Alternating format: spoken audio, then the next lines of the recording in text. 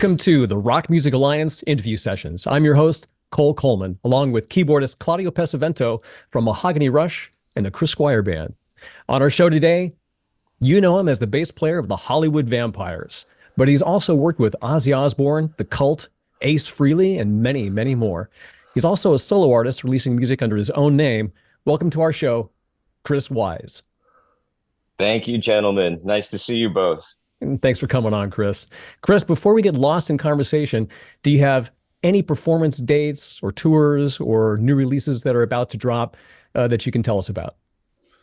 Yes, this interview will be aired after my show, but I'm playing tomorrow night at the Bourbon Room with the Mad Day Out, which is my new acoustic band, which is kind of going down I would call it sort of an MTV Unplugged sort of direction, where I'm playing an acoustic Martin bass and some upright bass sometimes. And we just released Psycho Killer, which is a cover from Talking Heads. And today we're going to release Hey You, our own version of Pink Floyd, and we have originals on the way. And later this month, early August, I'm doing some Alice Cooper shows. I'm subbing in for my friend Chuck Garrick and doing the first 5 shows of the American leg, which is going to be great because I'm going to play my close to my hometown where my family is in upstate New York. They're in Saratoga County. So we're playing the Albany Palace Theater on the 31st. So I'm excited to see close friends in that. Yeah, that's going to be great. You get to, kind of like a hometown gig. Yeah, wonderful. Yeah, it's great. I notice in your own music, you're really spotlighting your abilities for unusual textures, using the bass. It's not hmm quite, it's not quite like anything I've heard before. What's the driving force for you to create your unusual music? Um, well, that's a fairly straightforward thing for me that I've always wanted to do. Like when I was a teenager, I sent in my demos on 4 tracks to Mike Varney, and I was in Guitar Player magazine and Guitar for the Practicing Musician in those columns that discovered Yngwie and Billy Sheehan and those kinds of artists. Where I came up in a time where I really wanted to push the envelope of my instrument, and also thanks for saying it doesn't sound like anybody, because in this modern era, I really my whole goal is to not sound like anybody, do my own type of thing. I don't want to fit in. I mean, I want to fit in with my friends and family and artists, but as far as my direction and my own personal style, I want it to be unique. So playing upright bass in say things like the Hollywood Vampires in my solo stuff, and incorporating a traditionally classical instrument in hard rock and electrifying it.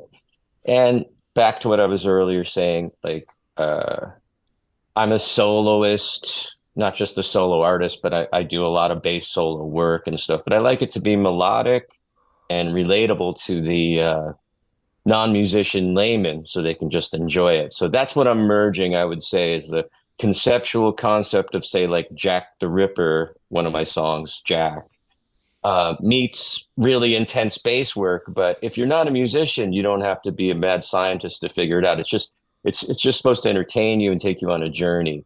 But if you are Exactly. a And, musician, yeah, and, there's stuff and to dig in on. and you're definitely achieving it, Chris. That's for sure. It's Thank you. yeah, and we're going to play a lot of samples in this show. I feel like it's couldn't play just one sample and have that represent what you do. It's like we gotta play a few of them, to really kind of show people the scope of what you're doing. It's amazing. It's broad, yeah. Yeah, yeah. And I know you're saying you're playing upright bass. Do you play it, in the jazz way, or using the bow, or both? Well, like one of the tracks is called Black Owl on my solo tracks. There's 6 of them up now on Spotify, and I just kind of did it to wet everyone's whistle, so to speak. And I'm gonna do a full length record, and I'm finishing up some more tracks and things like that. But I wanted to get it going. So what you're hearing on a song like Black Owl is drums, bass, and then on top, what you might think is a guitar. There's no guitar on that track. That's upright bass with the bow, wah wah, and I use like wah pedal and like overdrive. Yeah, it's And amazing. And with that wah pedal going on, I can't help but bring it up. It reminds me a little bit of Chris Squire, you know? oh, Uh, interesting. Yeah, Chris Squire and I were friends, and I knew him for many years, and we had a friend in common, and he would come over to the house here, and there was parties, and I got to hang out with Chris. And but yeah, thank you for that. I'm just trying to push the envelope, and I've had many influences. You name it, I've been influenced by those bass players, I'm sure, but I'm yeah, well, trying like to do something totally left field of what I've heard from everybody else. yeah. Well, what's really awesome about what you're doing, Chris, is that it's all very genuine as well. It's like it sounds like it's coming from a very real place in you, but it's just so odd. It's so unusual. It's like I'm hearing. I mean, it's alternative hard rock. It's alternative experimental. It's I'm hearing maybe elements of corn, maybe elements of just Yeah, alternative in general. It's amazing. you have a good ear. I'm using a lot of different sort of textures as a kind of almost like heavy metal, hard rock kind of thing, and I'm singing quite a bit. But the thing I'm getting from people, I'm doing some business with all my work now, and kind of bouncing it off some of my manager friends and people, and everyone's very interested into the soundtrack sort of angle, which it's very moody, and without a visual, you can go on a ride. But I'm also providing some really cool artwork through my friend Russell Marks, who's doing a piece of artwork for every track. Yeah, we're going to take a look at some of that here as well when we take a listen. What kind of you mentioned all the effects you're using. What kind of processor or like foot pedals are you using for that? It's just a lot of it's just in the hands and the bow and everything. It's essentially I use a couple different kinds of overdrive. I have a Sans amp, and I have a Ampeg scrambler, and I get some dirtier, almost guitar-like tones, and like I said, sometimes a wah and a little reverb delay. It sounds a lot crazier than what's actually happening effects wise, because there's a lot of dimension and space that comes with the upright and the bow. And when I'm soloing up high, it's very expressive already without effects. If I'm down low, like on Haunted Bass, it's got a rumble and a clarity still at the same time because of the bow. So I think what a lot of people are hearing that they don't understand, which is highly unusual in heavy metal hard rock, is the usage of the bow. And you were asking earlier about classical versus jazz or whatever. I'm probably a little more leaning into the classical realm versus jazz, but I grew up with Stanley Clarke and Jocko, and Stanley Clarke was maybe my favorite because his first record had a lot of upright and bass guitar. But my style is much more gothic and heavy and dark and not jazz, but it's not that it isn't jazz either. It's just I'm more influenced by classical. And it definitely is coming through that way. Yeah, let's take a sample listen. And in fact, like I said, we're going to listen to several different releases so we can show the scope of what you're doing.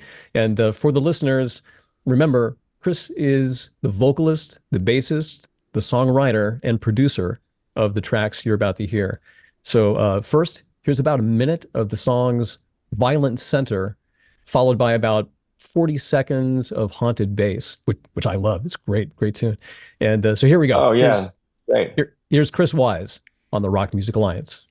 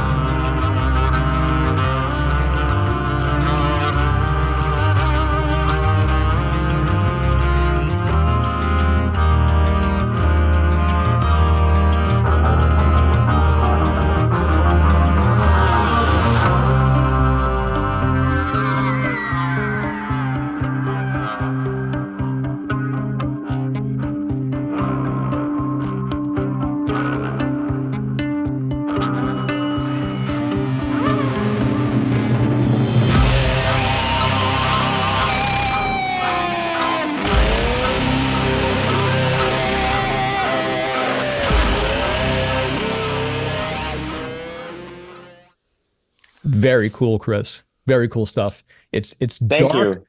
Yeah, I'm getting dark alternative rock style. I'm getting avant-garde. That artwork is really amazing as well. Who's the artist? It's an artist that I found on a show, a series rather, on Netflix. It was called Myths and Monsters. So I just finished doing the Jack the Ripper track, and there was a character in the series called Spring-Heeled Jack, which is kind of the original Jack the Ripper a couple hundred years before Jack the Ripper, that the legend led into Jack the Ripper. And I thought it was very similar. It was a little more mystical than a human being. And I thought, my God, this art was so amazing. And I just did that track. And I talked to a manager buddy of mine, and I said, man, that's the kind of guy I really need.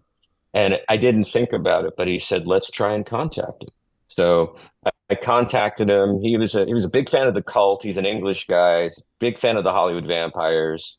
He really loved Kiss and Ace Frehley. So we had all the right kind of connectivity. And then I explained to him my Owl concept, which is I had a band called Owl, but my last name's Wyse. And so Wise Owl has followed me since I was a little kid. And I'm using the imagery of Jack the Ripper as an owl creature. And his name is Russell Marks, by the way. And he's just a really great painter. And they're paintings, by the way. Yeah, I was going to ask. Then he has to go through. Yeah, they're not He's got to digital go through art. the trouble of scanning. No, it's not. Yeah, you're right. Yeah. He's a fantastic artist, and his style and my style just blended together, and we've collaborated over the phone, and it was really awesome. I got to play with Alice Cooper. I subbed in once again for Chuck a couple years back, and then last year got to hang out with him at the Hollywood Vampires concert, and that was great to have him there and some friends and family. It was really cool. Well, his artwork it's so interesting, so cool. And of course matches your music perfectly. That it's one of those things where kind of wish that you had albums. So you want to sit there while you're listening to your music and look at the album. But I'm hoping things will kind of go into virtual realms. I could totally see. Imagine putting on your music and putting on like a virtual reality mask and getting absorbed in a world of the artwork and music. Ooh, that would be fun. Yeah, but that would also be very. Well, in the beginning for musicians, everything costs so much money, and then, but I would love to do that. Yeah. So, are you the sole writer of your music and sole writer and producer? Yes. Yeah. I had an amazing engineer.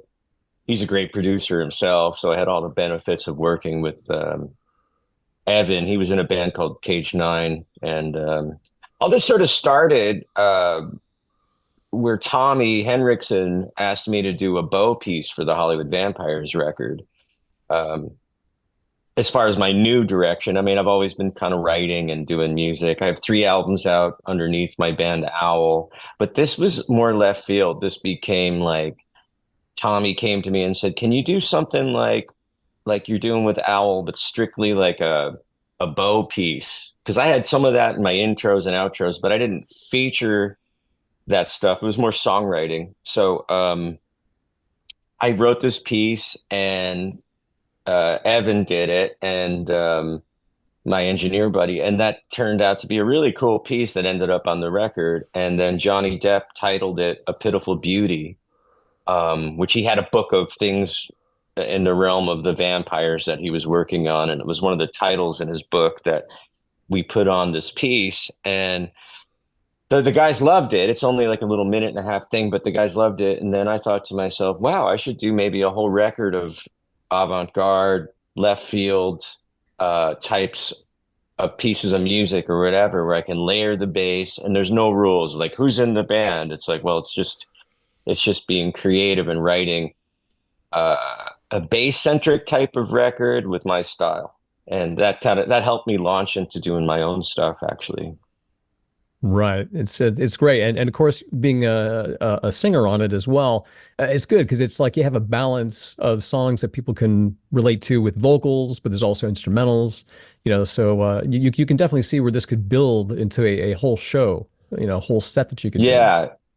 Yeah, I've been talking with a lot of people about putting together something special for this live where it'd be visual and incorporating sort of the artwork direction.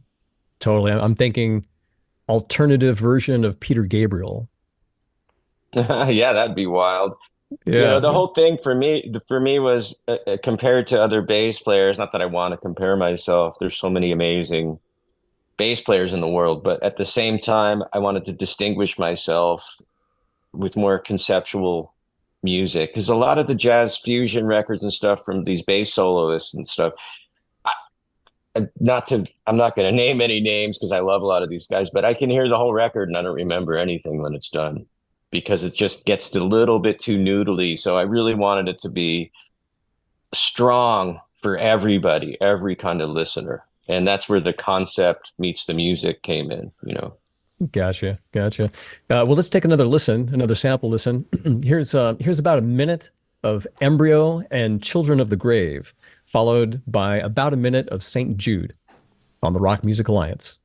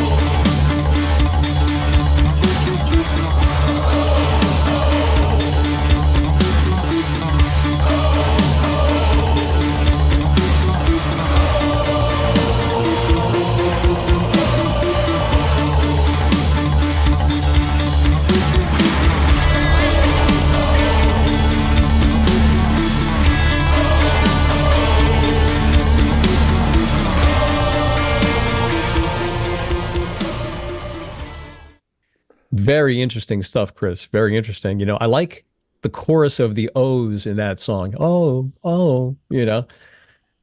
Yeah, that's hopefully uplifting and St. Jude was just inspired by the feeling of hope and creating that sound of it and those kind of angelic classical choirs and a lot of fancy bass work, but I'm trying to make it slide by and have it be more mystical than like listen to all these notes I'm doing. It's definitely more of a focused kind of, again, concept. Right. And you know what? Crowds love this kind of stuff. It's like, you're going to play that live in front of a big audience and they're going to hear thousands of people singing Yeah. along with those O's. It's going to be amazing. Oh, I'd love that. Yeah. Yeah. Yeah. And Yeah. the Children of the Grave, Embryo and Children of the Grave. It's actually two tracks. The classical intro that Sabbath did, Iomi on the guitar. Essentially, I was like, wow, I could hear doing that with the bow. And then, I've done an Ozzy record and spent time with him in the room and heard his voice right in front of me and stuff. And I was like, I know I can do a decent job on this. And then what you hear on top is layers of upright bass as well, where I'm going into the sort of guitar range with the overdrive and wah. So I kind of retreated it and thought, wow, I mean, Sabbath was one of my big influences, and it was great to have a track that suited me, and it was a lot of fun.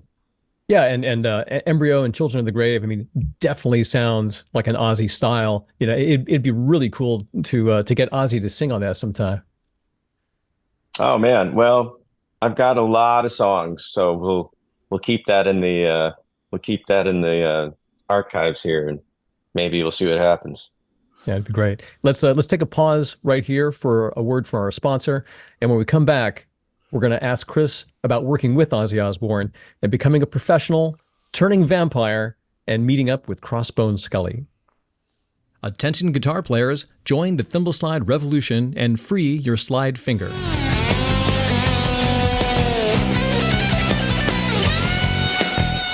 The Thimble Slide is a mini guitar slide designed to be worn on the tip of your finger, about 3/4 of the way down your fingernail. When worn there, you can still bend your finger, and most importantly, it's allowing enough of your fingertip through so you can press the guitar strings. The Thimble Slide is larger at the back and smaller at the front, so it follows the contour of your finger. So when you're wearing the slide, it's not loose or rattling around on your fingertip. This also allows your other fingertips in nice and close for playing. The sizing gap allows you to make the slide a little bit larger or a little bit smaller for a nice custom fit. So while you're wearing a Thimble Slide, you can, of course, use it as a slide.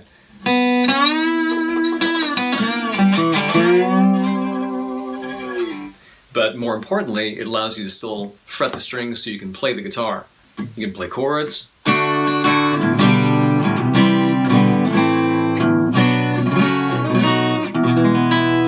can play lines while wearing it.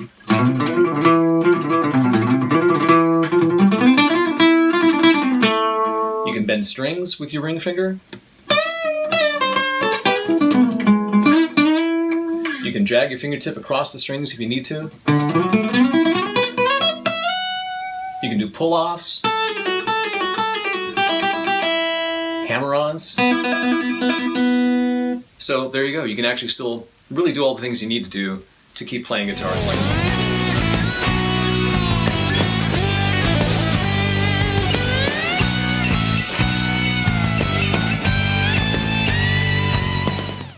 With its patented shape, you can slide and fret while wearing the Thimble Slide. Visit thimblslide.com. That's thimblslide.com. This is Johnson Pessa from The Cult. Join the Rock Music Alliance. Yeah! Hey, we're back with Chris Wyse on the Rock Music Alliance. Chris, what was the moment in your career when you felt you had achieved success, and that you were going to be able to have a professional career in music? I think I envisioned it when I was young. I remember telling my mother and father when I was just like 14 that I was going to eventually move to Hollywood and play with Ozzy someday. So I had it in my head a long time ago, but then those things happened. Like I got to call my folks and say, you won't believe who I'm here with working on his record. And they're like, I don't know, because I worked with a lot of people by then already. So it's amazing that you can bring things to reality by having the dreams, and I think my direction fit Ozzy great. And it was just, I was in Jerry Cantrell's band, and Mike Borden was in the band. And basically he just said, I can't believe you never heard of you or found you before. You're the guy that should be doing the next record. And then you tuck it away and go, oh, that's nice. But then he actually called me and I did it. So it was Jerry Cantrell, Ozzy,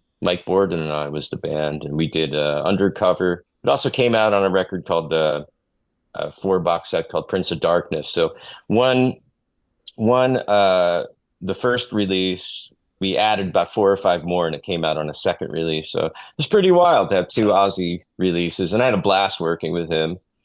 And the Cult was another thing. That was a 10-year stint of my life, and Ace Frehley might even be the reason why I'm here, aside from Steve Harris, because Kiss was like, when I was 8, blew my mind. Hence my artwork and direction, and you can see that kind of influence of the theatrical and the mystical realm mixed in with the music. So I don't know, really. I kind of figured when I was a kid it was going to all happen for me. So I guess I felt it when I was a kid, but when I came to Hollywood in the mid 90s, it sort of chose me, I gave it a go, and it all started happening.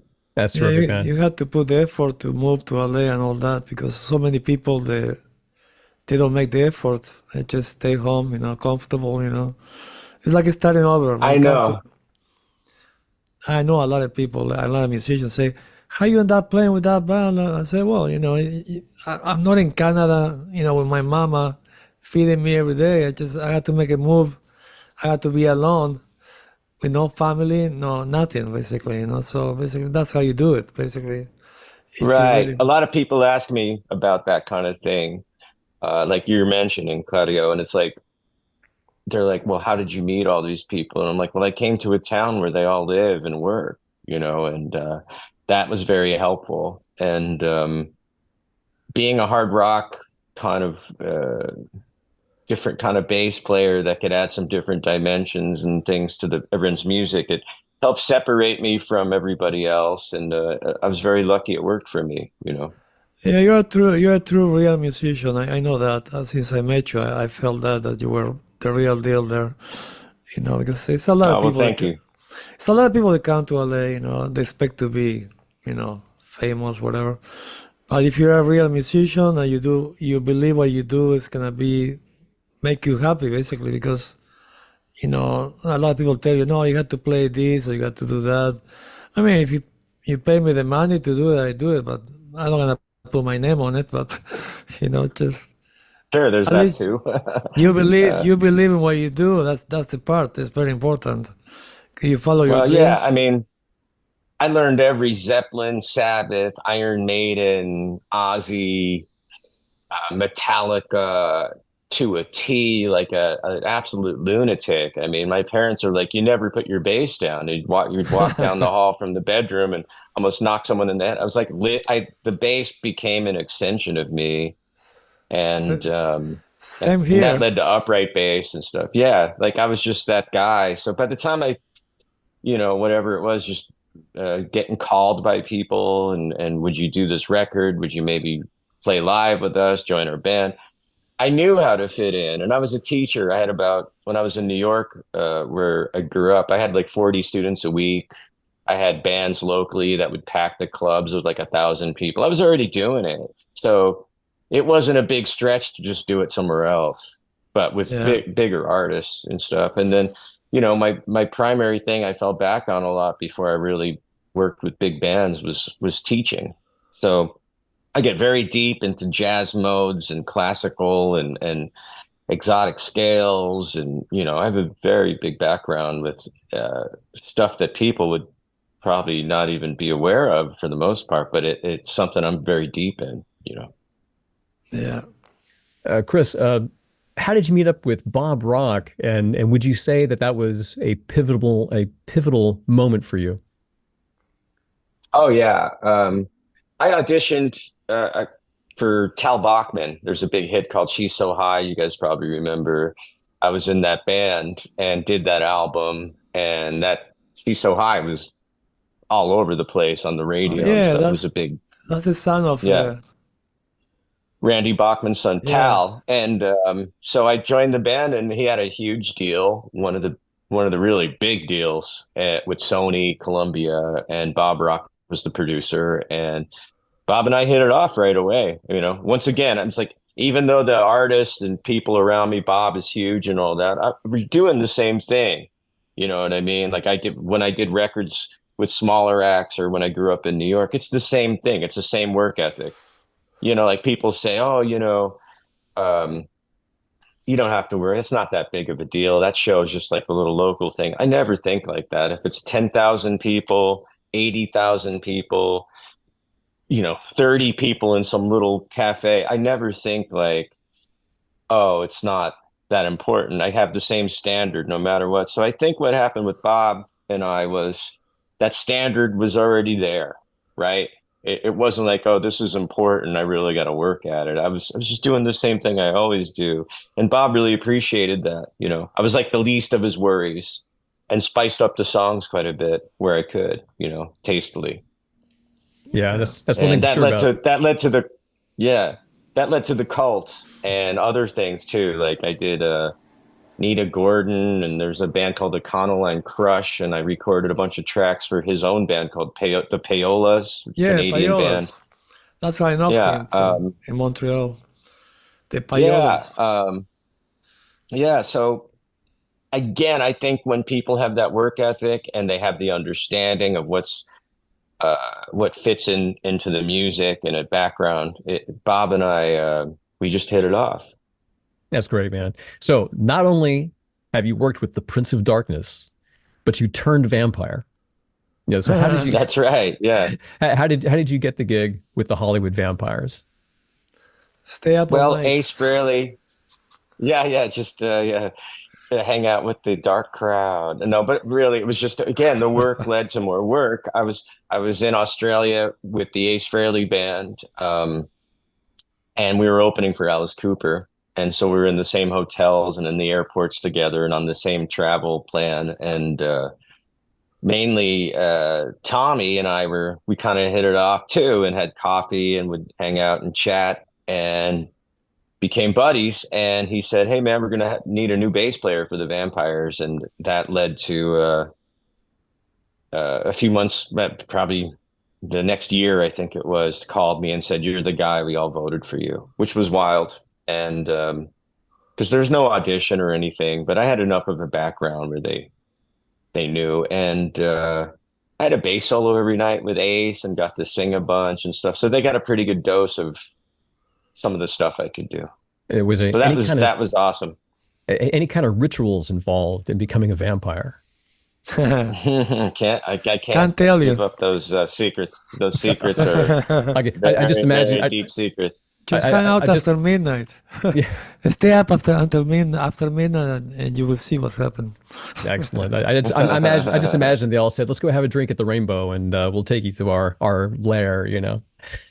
I can't tell any secrets. Gotcha. So lately, I mean, you mentioned Tommy. Lately, I've seen you working with TommyHenriksen. For our listeners, TommyHenriksen is of the Alice Cooper band and, of course, the Hollywood Vampires. He has a new band called Crossbone Skully, which I've seen you working with. So how did you get the gig with the Vampire Pirate?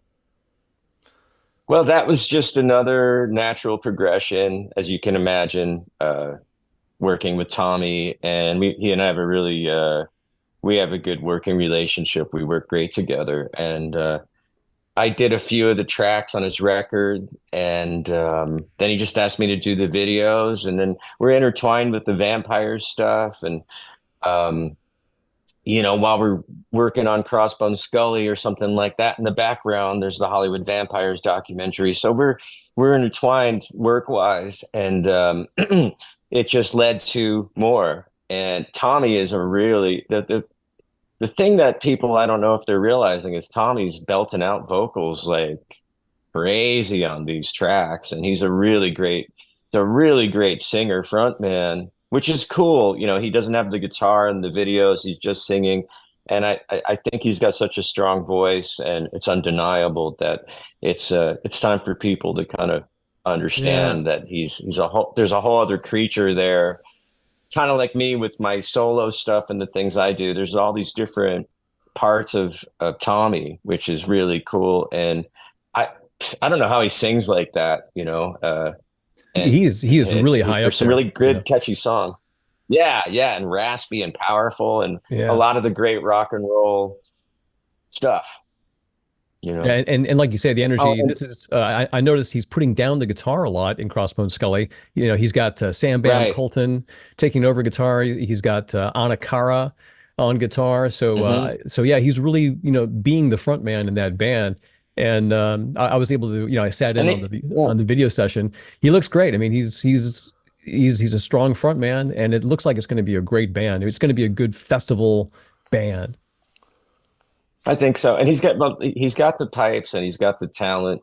He's a great producer himself, but Mutt Lang is involved in all that stuff as Yeah. well, which was another amazing part of the story. So for me with Tommy, it was just natural. I'm hoping with all the scheduling and stuff, we'll within the next year or so have some sort of plan to play live. Right, right. Well, Chris, that just about brings us to the end of our show today. Once again, what's the next thing happening for you? You got a show tomorrow at the Bourbon in Hollywood and a tour coming up. What's the tour? Alice Cooper starting on July 30th in Niagara Falls, and then July 31st in Albany, New York at the Palace Theater.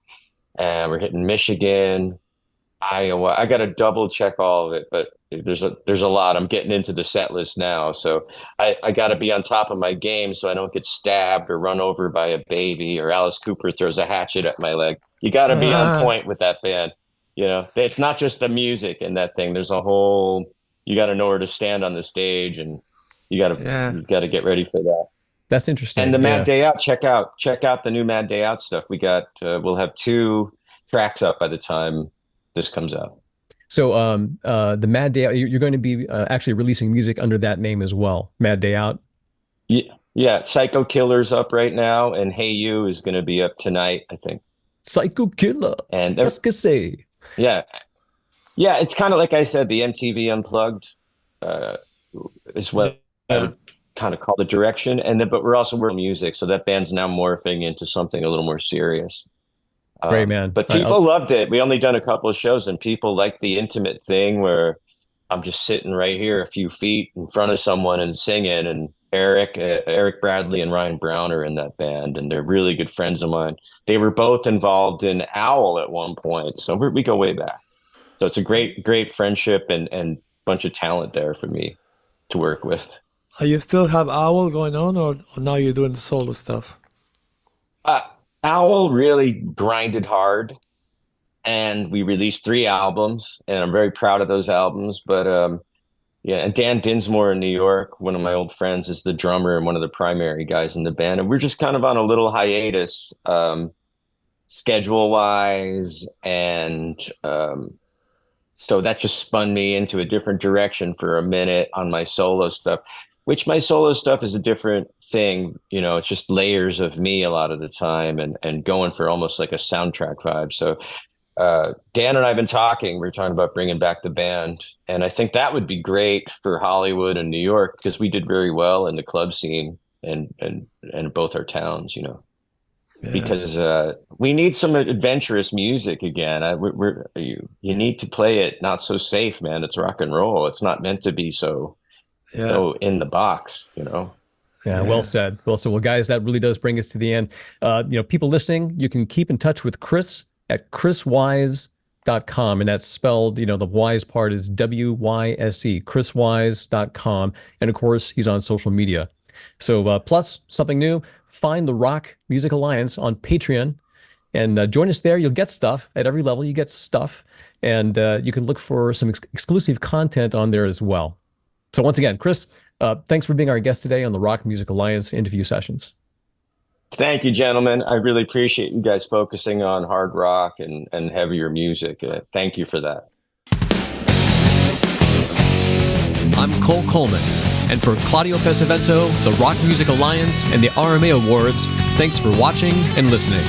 Visit us at rockmusicalliance.com and check out this year's RMA Awards for rock, metal, and progressive rock music.